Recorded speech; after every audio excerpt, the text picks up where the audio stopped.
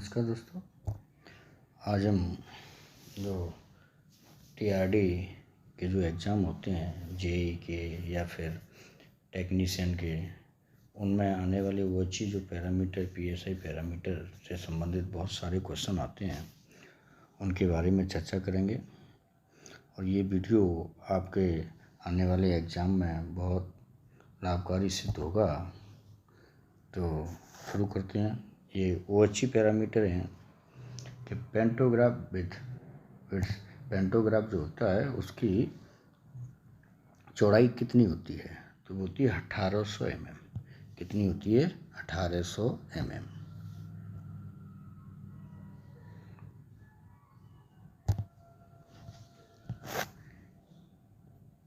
Height of contact wire above rail level for regulated OHE। Regulated OHE में जो contact wire है वो rail level से कितना ऊंचे होता है कॉन्टैक्ट वायर, तो वो 5.6 मीटर। कितना? 5.6 मीटर। पर अब 5.8 मीटर कितना रखते हैं हम? 5.8 metre. Height of contact wire above rail level for unregulated OHE। जो अनरेगुलेटेड OHE होती है उसमें रेल लेवल से जो हाइट कॉन्टैक्ट वायर की जो हाइट होती है वो कितनी रखी जाती है? 5.75 मीटर। कितनी? 5.75 मीटर।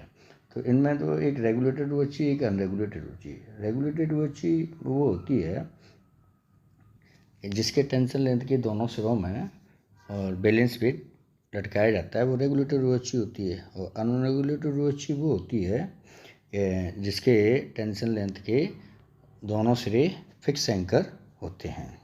एक सेमी रेगुलेटेड OHE भी होती है। सेमी रेगुलेटेड OHE में क्या होता है कि एक साइड में तो बैलेंस वेट टंगा होता है और दूसरे साइड को हम फिक्स एंकर से फिक्स कर देते हैं, वो सेमी रेगुलेटेड। तो रेगुलेटेड OHE हमेशा मेन लाइन पर यूज कर जाती है और अनरेगुलेटेड OHE और जो सेमी रेगुलेटेड OHE होती हैं वो यार्ड में ही यूज की जाती हैं। Next, standard clearance between 25 kV live and earth pad. जो 25 kV लाइव OHE है और अर्थ पैड के बीच में जो स्टैंडर्ड क्लियरेंस होता है वो कितना होता है? वो होता है 500 mm। कितना रखा जाता है? 500 mm। Minimum height of contact wire at level crossing. तो LC गेट जो होता है, लेवल क्रॉसिंग LC गेट होता है। तो LC गेट पे जो कॉन्टैक्ट वायर की हाइट रखी जाती है वो कितनी रखी जाती है? वो रखी जाती है 5.5 मीटर। कितनी मीटर? 5.5 मीटर LC गेट पे। ठीक है। Next, minimum height of contact wire eight overland structure. Minimum height जो ओवरलैंड स्ट्रक्चर होते हैं उनमें कॉन्टैक्ट वायर की हाइट जो मिनिमम कम से कम हाइट वो कितनी रखी जा सकती है? तो वो होती है 5.42 मीटर। कितनी? 5.42 metre. Next, height of contact wire of turnout OHE above main line. जो टर्नआउट पे जो मेन लाइन की जो OHE होती है उसकी मेन लाइन की OHE से टर्नआउट की OHE की जो हाइट कितने ऊपर रखी जाती है? तो वो होती है 5 सेंटीमीटर। तो टर्नआउट पे 3-4 क्वेश्चन होते हैं कि मेन लाइन की OHE से टर्नआउट वाली OHE कितने सेंटीमीटर ऊपर रखी जाती है? 50 mm। और टर्नआउट वाली OHE का इनकम्बरेंस कितना होता है? 1.4 मीटर। और मेन लाइन वाली OHE का कितना होता है? 0.90 मीटर।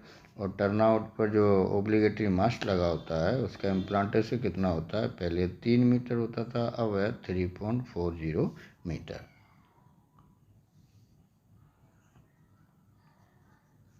तो ये क्वेश्चन भी बहुत आता है कि टर्नआउट पर जो मेन लाइन वाली OHE से टर्नआउट वाली OHE कितने ऊपर रखी जाती है? तो 5 सेंटीमीटर या 50 mm। Diameter of contact wire जो होता है उसका डायामीटर कितना होता है? तो वो होता है 12.24 mm। कितना? 12.24 mm ये होता है कॉन्टैक्ट वायर का। अच्छा, डायामीटर ऑफ कैटनरी वायर।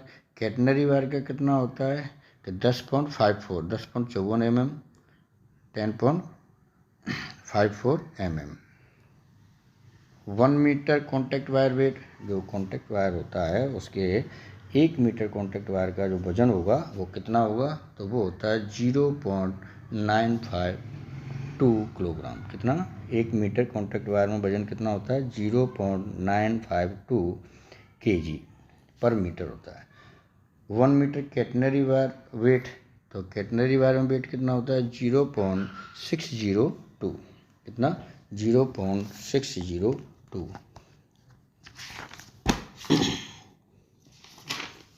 और कैटनरी में जो वेट है वो वैसे तो ये होता है 0.5973 kg पर मीटर, पर अब 602 kg पर मीटर।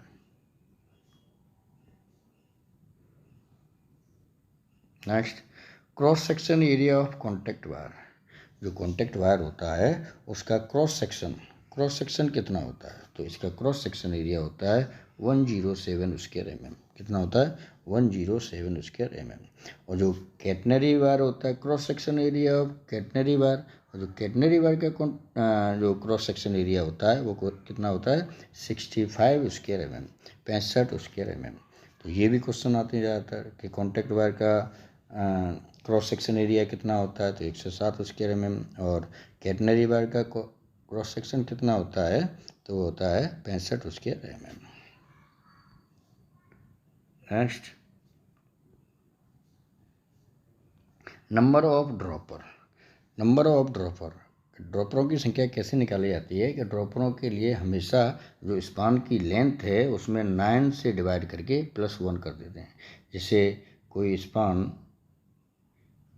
54 मीटर का है, कितने मीटर का, 54 मीटर का, तो स्पान में हमें ड्रॉपरों की संख्या निकालनी है, तो 54 में 9 से डिवाइड करेंगे, 9 के 54, और इसमें +1 कर देंगे तो कितना आ जाएगा, 7। कितने ड्रॉपर लगेंगे इसमें, 7। तो स्पान लेंथ में 9 से भाग देके जो अपना डिवाइड करके भाग देके जो भागफल आएगा उसमें 1 जोड़ देंगे तो स्पान में ड्रॉपरों की संख्या निकल आती है। ड्रॉपर स्पेसिंग नॉर्मल, जो ड्रॉपर लगी होती हैं स्पान में उनमें जो स्पेसिंग कितनी दूरी पर, नॉर्मल कितनी दूरी पर ड्रॉपर लगाए जाते हैं, तो ये 9 मीटर के, कितने, 9 मीटर। पहला ड्रॉपर 2.25 और लास्ट वाला भी 2.25, और बीच वाले जो ड्रॉपर ज़्यादातर लगते हैं वो नॉर्मली वो 9 मीटर की दूरी पर ही लगाए जाते हैं। Mast of either side of first dropper spacing, जो मास्ट की साइड में जो पहला ड्रॉपर लगा रहता है वो कितनी दूरी पर लगा होता है, तो वो कितनी दूरी पर होता है, 2.25 मीटर। कितनी दूरी पर, 2.25 मीटर की दूरी पर पहला ड्रॉपर लगाया जाता है। ऐसे ही स्पान के लास्ट में जो लास्ट वाला ड्रॉपर होता है वो भी मास्ट से 2.25 मीटर की दूरी पर ही लगाया जाता है। जैसे ये 2 मास्ट हैं, तो इस कैंटिलीवर से पहला वाला ड्रॉपर भी 2.25 मीटर की दूरी पर लगाया जाएगा, और इस कैंटिलीवर से भी जो पहला वाला ड्रॉपर होगा वो 2.25 मीटर की दूरी पर ही लगाया जाएगा। Dropper spacing first dropper to second dropper और last to last but 1 dropper. Dropper spacing जब ड्रॉपर लगाती हैं तो पहले ड्रॉपर से सेकंड ड्रॉपर या लास्ट से पहला वाला लास्ट ड्रॉपर कितनी दूरी पर लगाया जाता है, तो इसके लिए क्या है कि 9 metre if not divide by 9। यदि जो स्पान है यदि वो 9 से डिवाइड नहीं है तो हम उसे 9 मीटर की दूरी पर लगाएंगे, और यदि वो 9 से डिवाइड है तो उसे हम 6.75 मीटर की दूरी पर लगाएंगे। कितने, 6.75 मीटर की दूरी पर ही लगाएंगे। Next, dropper diameter. जो ड्रॉपर लगाए जाते हैं स्पान में उनका डायमीटर कितना होता है, तो ड्रॉपरों का जो डायमीटर होता है वो होता है 5 mm। कितना, 5 mm। और ड्रॉपर का जो किससे बने होते हैं? हार्ड्रोन कॉपर से ही ड्रॉपर बने होते हैं। रजिस्टर आर्म ड्रॉपर डायमीटर, जो रजिस्टर आर्म ड्रॉपर होता है उसका डायमीटर कितना होता है? 7 mm। कितना होता है? 7 mm। रिजिड ड्रॉपर डायमीटर, जो रिजिड ड्रॉपर होता है, रिजिड ड्रॉपर कॉन्टैक्ट वायर से ही बनाया जाता है और कॉन्टैक्ट वायर का डाया कितना होता है? 12.24 mm। तो रिजिड ड्रॉपर का भी डायमीटर कितना होगा? 12.24 mm। इन स्पान ड्रॉपर फिक्स लेंथ, जो स्पान में हम जो ड्रॉपर लगाते हैं उनमें जो फिक्स लेंथ होती है वो कितनी होती है? 1 से 5 mm। जैसे ये ड्रॉपर और ये नीचे, तो ये जो फिक्स लेंथ वाला ड्रॉप ऊपर वाला पार्ट होता है वो कितना होता है? 105, 1 से 5 उसके mm का।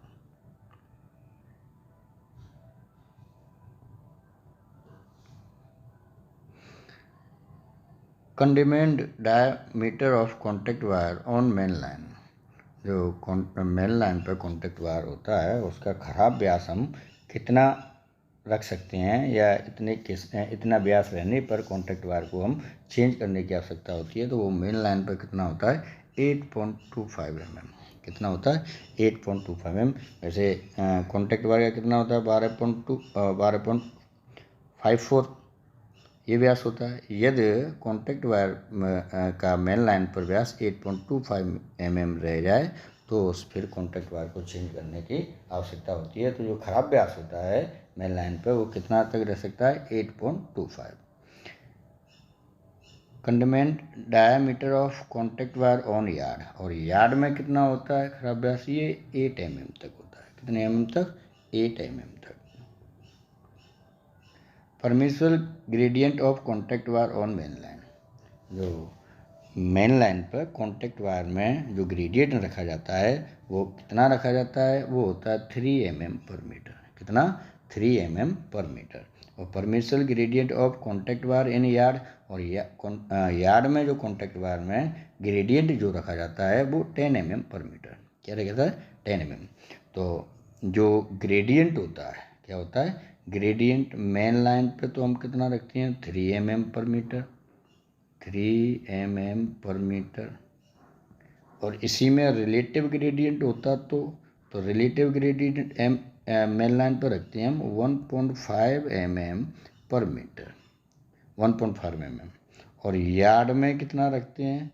कि यार्ड में जो ग्रेडियंट हम रखते हैं वो 10 mm पर मीटर, और जो रिलेटिव ग्रेडियंट होता है वो कितना रखते हैं हम? 5 mm पर मीटर। कितना? 5 mm पर metre.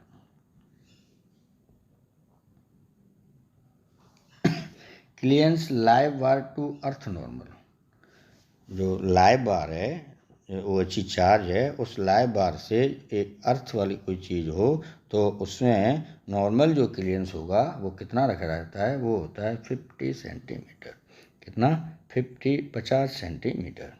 Clearance of RC bar to earth, RC return current bar जो होता है से अर्थ तक के बीच में जो क्लियरेंस होता है वो कितना रखा जाता है? वो रखा जाता है 15 सेंटीमीटर। कितना होता है? 15 सेंटीमीटर। आरसी वायर से अर्थ के बीच में 15 सेंटीमीटर हम क्लियरेंस रखना ही पड़ता है। Clearance of RC bar to OHE, RC bar return current bar से ओएचई के बीच में जो क्लियरेंस होता है वो 40 सेंटीमीटर। कितना रखा जाता है? 40 सेंटीमीटर। ये ध्यान रखना है कि आरसी बार से अर्थ के बीच में 15 सेंटीमीटर और आरसी वायर से ओएचई के बीच में 40 सेंटीमीटर का क्लियरेंस रखा जाता है। अब clearance feeder wire to earth, जो फीडर वायर होता है, फीडर वायर से अर्थ पार्ट के बीच में जो क्लियरेंस होता है वो कितने रखा जाता है? 2 मीटर। कितना रखा जाता है? 2 metre. Near FOV OHE to earth clearance minimum, जो एफओवी वगैरह फुट ओवर ब्रिज वगैरह होते हैं उसका ओएचई से जो अर्थ क्लियरेंस होता है मिनिमम वो कितना रखते हैं? 250 mm या 25 सेंटीमीटर। कितना? 250 mm या 25 सेंटीमीटर। डेंजर जोन क्लियरेंस, जो डेंजर जोन होता है वो कितने होता है 2 मीटर। जैसे लाइव OHE है तो इस लाइव OHE से 2 मीटर तक क्या होता है डेंजर जोन होता है। आप 2 मीटर के अंदर इसमें काम बिना पावर ब्लॉक के नहीं कर सकते या PTW लिए कार्य नहीं कर सकते। तो जो डेंजर जोन होता है वो कितना होता है 2 metre. OHE feeder wire clearance, जो OHE फीडर वायर होता है उसका जो क्लियरेंस होगा वो भी कितना होता है 2 मीटर होता है। इन IOL क्लियरेंस बिटवीन 2 OHE, जो IOL होता है उसके बीच में दो जो OHE होती हैं पैरेलल जाती हैं उनके बीच में कितना क्लियरेंस होता है वो होता है 50 सेंटीमीटर 500 mm। कितना 500 mm। और UIOL के बीच क्या कि UIOL के बीच बिटवीन 2 OHE, जो UIOL के बीच में जो 2 OHE के बीच में जो क्लियरेंस होता है वो कितना रखा जाता है 20 सेंटीमीटर या 200 mm। ये क्वेश्चन भी ज़्यादातर के JEE या टेक्नीशियन के एग्ज़ाम में बहुत आता है कि IOL के बीच में जो IOL के बीच में 2 OHE के बीच में कितना होता है क्लियरेंस, तो वो होता है 500 mm। और UIL में 2 OHE के बीच में कितना क्लियरेंस होता है वो होता है 200 mm। लॉन्ग टाइम क्लियरेंस, जो लॉन्ग टाइम क्लियरेंस होता है वो होता है 25 सेंटीमीटर। कितना 250 mm या 25 सेंटीमीटर। और शॉर्ट टाइम क्लियरेंस होता है 20 सेंटीमीटर या 200 mm। लॉन्ग टाइम क्लियरेंस और short time clearance, long time clearance ये है कि कोई FOV है और उसके नीचे OHE जा रही है तो ये इन दोनों के बीच में मिनिमम जो क्लियरेंस होगा कम से कम जो क्लियरेंस है वो 25 सेंटीमीटर होगा। ये लॉन्ग टाइम, ज़्यादातर लॉन्ग टाइम के लिए हो गया। अब शॉर्ट टाइम क्या होता है कि जैसे कोई OHE है उसके नीचे कोई ODC वगैरह जा रहा है तो जो शॉर्ट टाइम कम टाइम के लिए कोई मूविंग पार्ट जा रहा है तो उसके बीच में जो क्लियरेंस होगा वो 20 सेंटीमीटर या 200 mm होता है। Isolator fixed contact to operating rod clearance, जो आइसोलेटर में ये रॉड होती है और तो इससे और इसके फिक्स कॉन्टैक्ट के बीच में जो गैप होता है वो 38 सेंटीमीटर से लेके 50 सेंटीमीटर के बीच में होता है। कितने 38 सेंटीमीटर से 50 सेंटीमीटर, तो इसमें दिया है 38 centimetre. Next section insulator runner clearance, section जो इंसुलेटर होते हैं उनके जो रनर होते हैं उनके बीच में जो क्लियरेंस होता है वो कितना होता है 22.5 सेंटीमीटर। वैसे 23 सेंटीमीटर होता है, 23 सेंटीमीटर 230 mm, पर इसमें 22.5 centimetre. Minimum clearance between top live OHE to, minimum clearance between top live OHE, जो लाइव OHE है किसी OHE के ऊपर कोई दूसरी जैसे क्रॉसिंग होती हैं वो क्रॉसिंग लाइन जा रही है तो उसकी जो मिनिमम जो क्लियरेंस होगा वो 6 मीटर होना चाहिए। स्ट्रक्चर की हाइट प्लस 6 मीटर, कितनी स्ट्रक्चर की हाइट प्लस 6 मीटर, तो 6 मीटर। यानी बॉटम पावर लाइन क्रॉसिंग, तो जो जैसे जी OHE है और ये अपने कोई लाइन क्रॉस कर रही है तो इस लाइन से और इसके बीच में जो बॉटम लाइन के बीच में इसमें 6 मीटर का मिनिमम कम से कम गैप होना चाहिए। मिनिमम स्टडी क्लियरेंस, जो स्टडी क्लियरेंस होता है वो कितना होना चाहिए 250 होना चाहिए।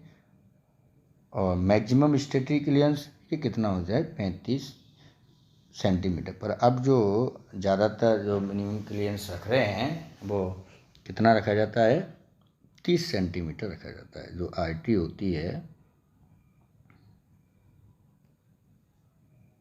तो RT में जो स्टडी आर्म है तो ये स्टडी या इस कॉन्टैक्ट बार से लेके और RT के बीच में यही तो स्टडी क्लियरेंस होता है। तो ये कितना होना चाहिए मिनिमम, ये 250 mm होना चाहिए और मैक्सिमम कितना होना चाहिए 35। पर अब हर जगह 30 सेंटीमीटर ही क्लियरेंस रख रहे हैं। Minimum clearance from bottom of OLS to OHE। जो ओवरलैंड स्ट्रक्चर होते हैं उनसे ओवरलैंड स्ट्रक्चर के बॉटम से और OHE के बीच में जो मिनिमम क्लियरेंस, कम से कम क्लियरेंस होगा, वो होता है 250 mm या 25 सेंटीमीटर। जैसे जी कोई FOV है और ये अपनी OHE है, तो FOV के यहाँ से और कैटनरी तक के बीच में जो होगी वो मिनिमम 250 mm तक का क्लियरेंस होना चाहिए।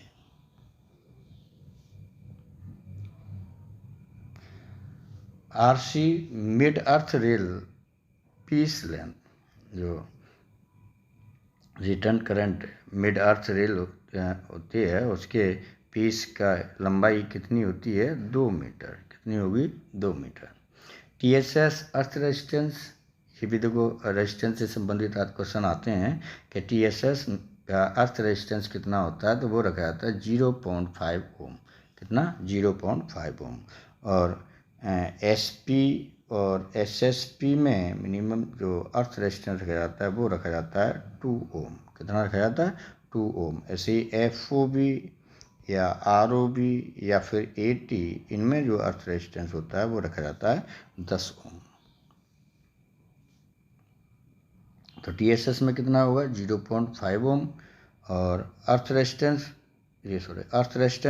Auxiliary transformer AT, auxiliary transformer AT का कितना रखा जाता है? 10 ओम। बताया था मैंने अभी, 10 ओम। और earth resistance of booster transformer, ये क्या होता है? Earth resistance of current transformer का भी कितना होता है? 10 ओम। देखो AT का भी 10 ओम, CT का भी 10 ओम, और जो बूस्टर ट्रांसफार्मर होता है BT, उसका होता है 2 ओम। कितना? 2 ओम।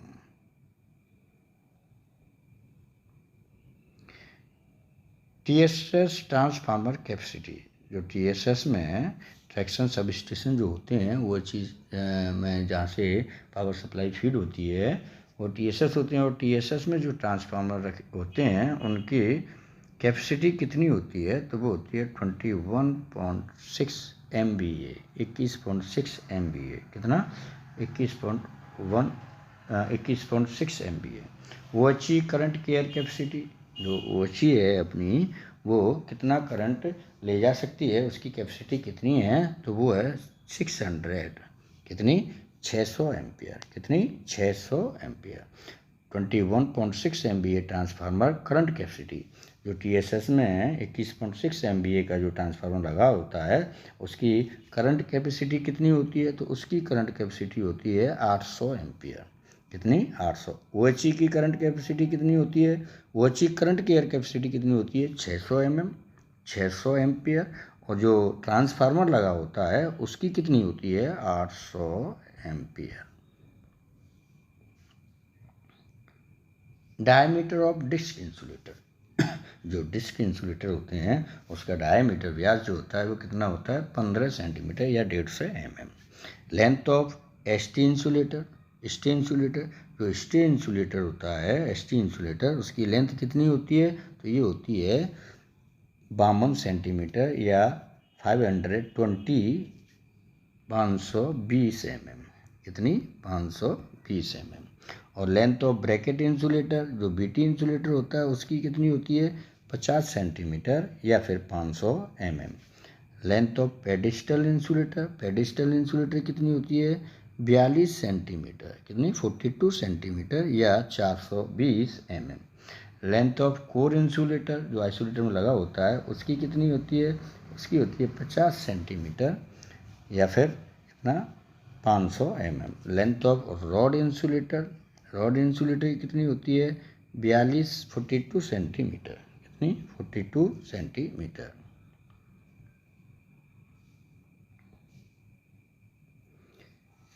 क्रीपेज path of the bracket insulator length, जो इंसुलेटर होते हैं उनके क्रीपेज जो पाथ होता है वो ब्रैकेट इंसुलेटर में कितनी होती है? 1050।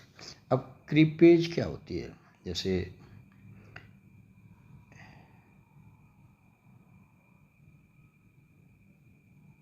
ये जो इंसुलेटर हैं, तो इंसुलेटर में क्रीपेज डिस्टेंस क्या होती है कि यहाँ से सरफेस एरिया होते हुए ऐसे जाते हैं टिक्स कॉम्बो होते हुए, तो ये क्रीपेज डिस्टेंस होती है। कितनी होती है क्रीपेज डिस्टेंस, और ये कितनी होती है 1050 mm।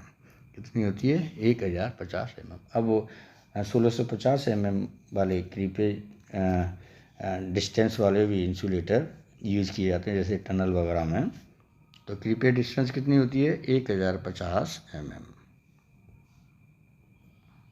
Size of state tube, जो एसटी होती है उसकी साइज कितनी होती है, तो एसटी की साइज होती है 28.4 into 33.7 mm, 28.4 into 33.7 mm।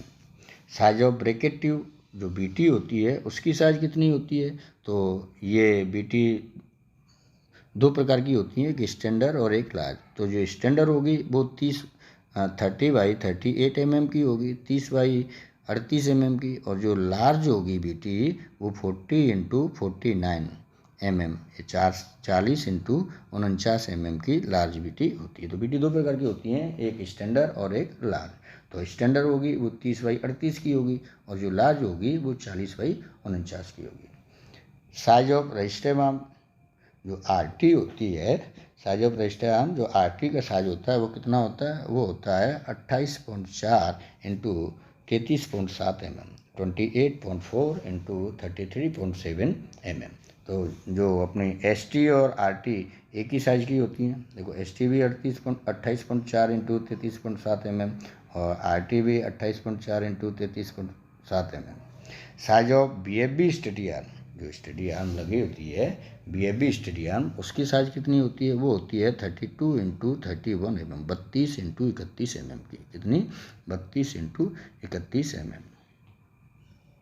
Diameter of anti creep, anti creep जो वायर होता है उसका डायामीटर कितना होता है, तो वो होता है 12.54 mm, 12.54 mm।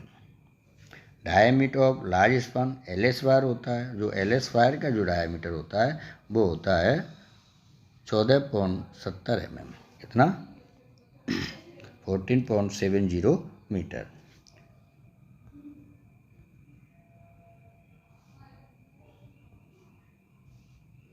Diameter of G jumper, G jumper का जो डायमीटर होता है वो कितना होता है 15.2420, 15.20 mm। कितना 15.20 mm। Diameter of G jumper, C jumper, C jumper का डायमीटर कितना होता है, तो वो होता है 9.54 mm, 9.54 mm। Diameter of RC wire aluminium, जो रिटर्न करंट वायर होता है एल्युमिनियम का, उसका डायमीटर कितना होता है, तो 19.50 metre, 19.50 mm। Diameter of SS rope, जो एसएस रोप होती है उसका डायमीटर कितना होता है, तो 8.50 mm। कितना 8.50 mm। Cross section of RC wire, जो रिटर्न करंट वायर होता है उसका क्रॉस सेक्शन कितना होता है, तो इसका क्रॉस सेक्शन होता है 147.10 square mm, 147.10 square mm। Cross section of anti creep wire, जो एंटी क्रिप वायर होता है उसका क्रॉस सेक्शन कितना होता है, तो उसका होता है 93.3 स्क्वायर mm। कितना 93.3 square mm। Cross section of large space bar, तो जो लार्ज स्पान बार होता है एलएस बार का, उसका क्रॉस सेक्शन कितना होता है, तो वो होता है 125.6 स्क्वायर mm, या 125.6 square mm। Length of G jumper, G jumper की लेंथ कितनी होती है, तो वो होती है 3.8 मीटर। कितनी 3.8 मीटर। अब 4 मीटर के जी जंपर यूज किए जाते हैं।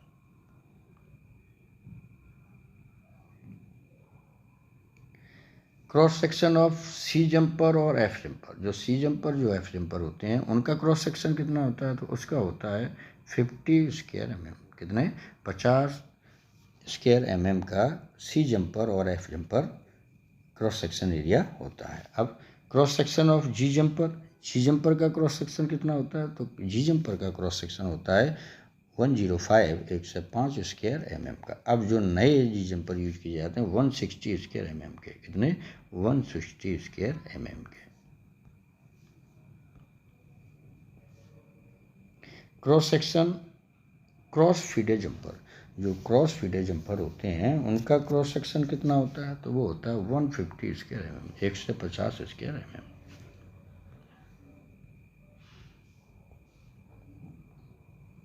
Number of stand in G jumper and gauge of each stand. देखो ये क्वेश्चन भी आते हैं कि जो जी जंपर होता है उसमें कितने स्टैंड होते हैं और प्रत्येक स्टैंड का गेज कितना होता है। तो जी जंपर में कितने स्टैंड होते हैं, 133, 133, और प्रत्येक स्टैंड का गेज कितना होता है, 1.013 mm। कितना, 1.013 mm। और number of stand in C jumper and gauge of each stand. तो सी जंपर में कितने स्टैंड होते हैं, तो वो कितने होते हैं, 19 होते हैं, और प्रत्येक स्टैंड का जो गेज होता है वो कितना होगा, 1.83। कितना, 1.8। Length of C jumper and F jumper. C jumper और एफ जंपर की जो लंबाई होती है वो कितनी होती है, 1.6 मीटर। कितनी होगी, 1.6 metre. Number of stand in catenary wire and gauge of each stand. Catenary wire में कितने स्टैंड होते हैं और प्रत्येक का जो व्यास होता है वो कितना होगा। तो कैटनरी वायर में कितने स्टैंड होते हैं, 19 स्टैंड होते हैं, और प्रत्येक का जो डायमीटर होता है वो कितना होता है, 2.103। गेज जो होगा कितना होगा, 2.103। Number of stand in anti creep and gauge of each strand. Anti creep wire होता है उसमें कितने स्टैंड होते हैं, तो उसमें 19 स्टैंड होते हैं, और प्रत्येक का गेज कितना होता है, 2.50 mm। कितना, 2.50 mm। Number of stand in large span. जो एलएस वायर होता है उसमें कितने स्टैंड होते हैं, प्रत्येक का गेज डायमीटर कितना होता है, तो इसमें स्टैंड होते हैं 37, 37, और गेज होता है प्रत्येक का 2.07 mm। 2.07 mm। Number of stand in RC wire and gauge of each stand. जो आरसी वायर होता है, रिटर्न करंट वायर, उसमें कितने स्टैंड होते हैं, तो उसमें 19 स्टैंड होते हैं, और प्रत्येक का जो गेज होता है वो कितना होता है, 3.98 mm। Number of stand in SS rope wire and gauge of each stand. जो एसएस रोप होती है एटीडी में, उसमें कितने स्टैंड होते हैं, तो उसमें होते हैं 238, 238। कितने, 238 स्टैंड होंगे, और प्रत्येक का जो होता है वो 1 mm गेज होता है।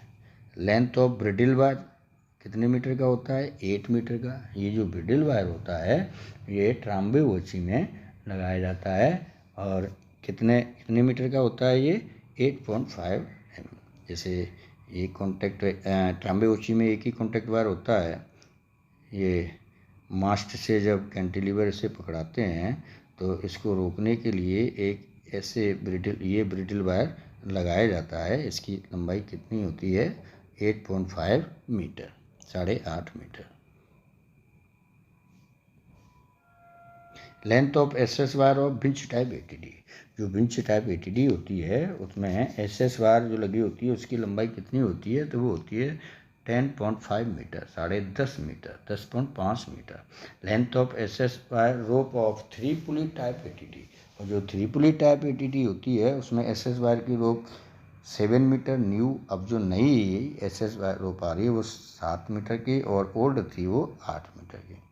लेंथ ऑफ मास्ट बीएफबी और आरएसजे। जो बीएफबी और आरएसजे मास्ट जो होते हैं उनकी लेंथ कितनी होती है, तो वो होती है 9.5 metre, 9.5 metre. Implantation of critical of main line. जो मेन लाइन पर इम्प्लांटेशन, क्रिटिकल इम्प्लांटेशन जो होता है वो कितना होता है, ये 2.36 मीटर, 2.36 मीटर जो इम्प्लांटेशन होगा वो क्रिटिकल होता है, और इसके लिए पीसीडब्ल्यू की अनुमति भी लेनी पड़ती है। Implantation of critical of yard line. Yard में 2.21, कितना, 2.21, इसके लिए भी पीसीडब्ल्यू की परमिशन लेनी पड़ती है। Implantation tangent track. टेंजेंट जो सीधे ट्रैक होता है उस पर इम्प्लांटेशन कितना है, 2.80 मीटर, 280, कितना, 2.80 metre. Implantation of platform. Platform पर जो मास्ट का इम्प्लांटेशन होता है वो कितना रहता है, 4.75 मीटर, कितना, 4.75 मीटर। Implantation of portal. जो पोर्टल लगाए जाते हैं यार्ड में उनका इम्प्लांटेशन कितना होता है, मिनिमम, तो मिनिमम होता है 3 मीटर। कितना? 3 metre.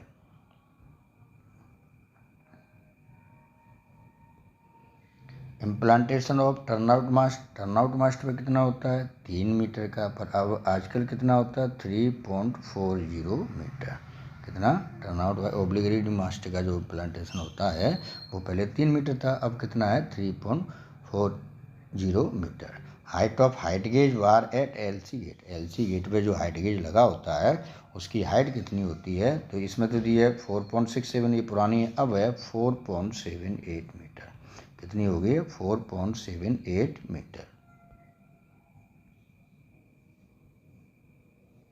Size of split pin, जो वॉची में हम स्प्लिट पिन लगाते हैं उनकी साइज कितनी होती है? तो एक तो होती है 20x2.5 mm स्मॉल की, या 40x3.5 mm बिग, ये बड़ी होती है। मिनिमम स्पान लेंथ, तो वॉची में जो स्पान लेंथ यूज की जाती है वो कम से कम कितनी होती है? वो होती है 18 मीटर की, और मैक्सिमम स्पान लेंथ वो होती है 72 मीटर की। तो मिनिमम 18 और मैक्सिमम 72, 72 मीटर।